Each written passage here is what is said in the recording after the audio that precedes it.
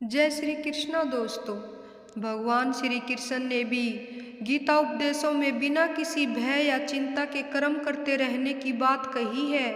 ऐसा कहा जा सकता है कि गीता ज्ञान के माध्यम से ही श्री कृष्ण ने मनुष्यों को जीवन जीने का सही तरीका सिखाया है।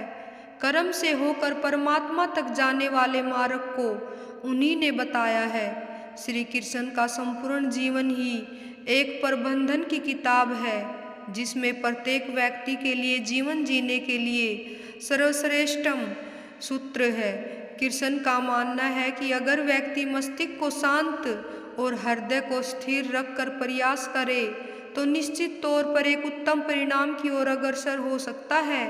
वही आज हम आपको श्री कृष्ण द्वारा भगवत गीता में बताई गई उन 5 विशेष बातों की जानकारी देने जा रहे हैं, जिन्हें अपनाकर असल में व्यक्ति सफलता और सुख दोनों का आनंद उठा सकता है।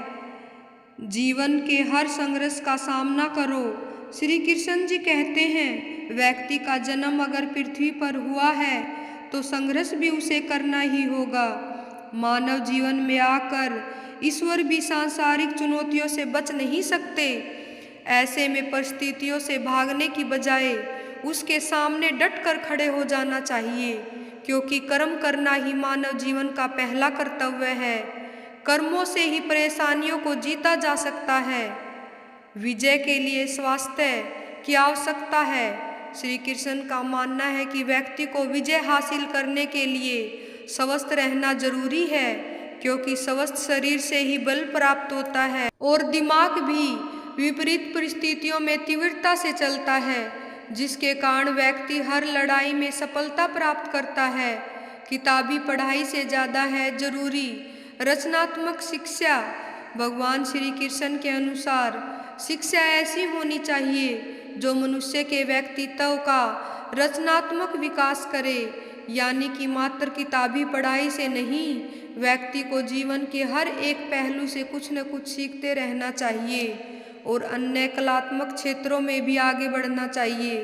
रिश्तों की बहुमूल्यता समझें। भगवान श्री कृष्ण ने जीवन भर में कभी उन लोगों का साथ नहीं छोड़ा जिनको मन से अपना माना। रिश्तों के लिए कृष्ण ने कई लड़ाइयाँ लड़ी एवं रिश्तों से ही कई लड़ाइयाँ जीती। उनकी यही बातें इस बात का संकेत है कि सांसारिक इंसान की सबसे बड़ी धरोहर रिश्ते ही हैं।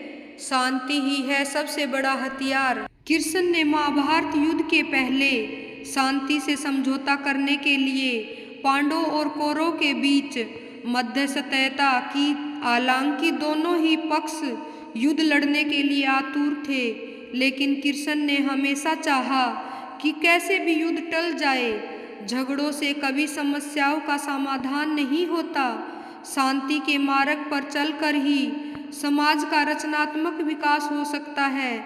कृष्ण ने समाज की शांति से मन की शांति तक दुनिया को ये समझाया कि कोई भी परेशानियां तब तक मिट नहीं सकती जब तक वहाँ शांति ना हो, फिर चाहे वो समाज हो या हम खुद का मन।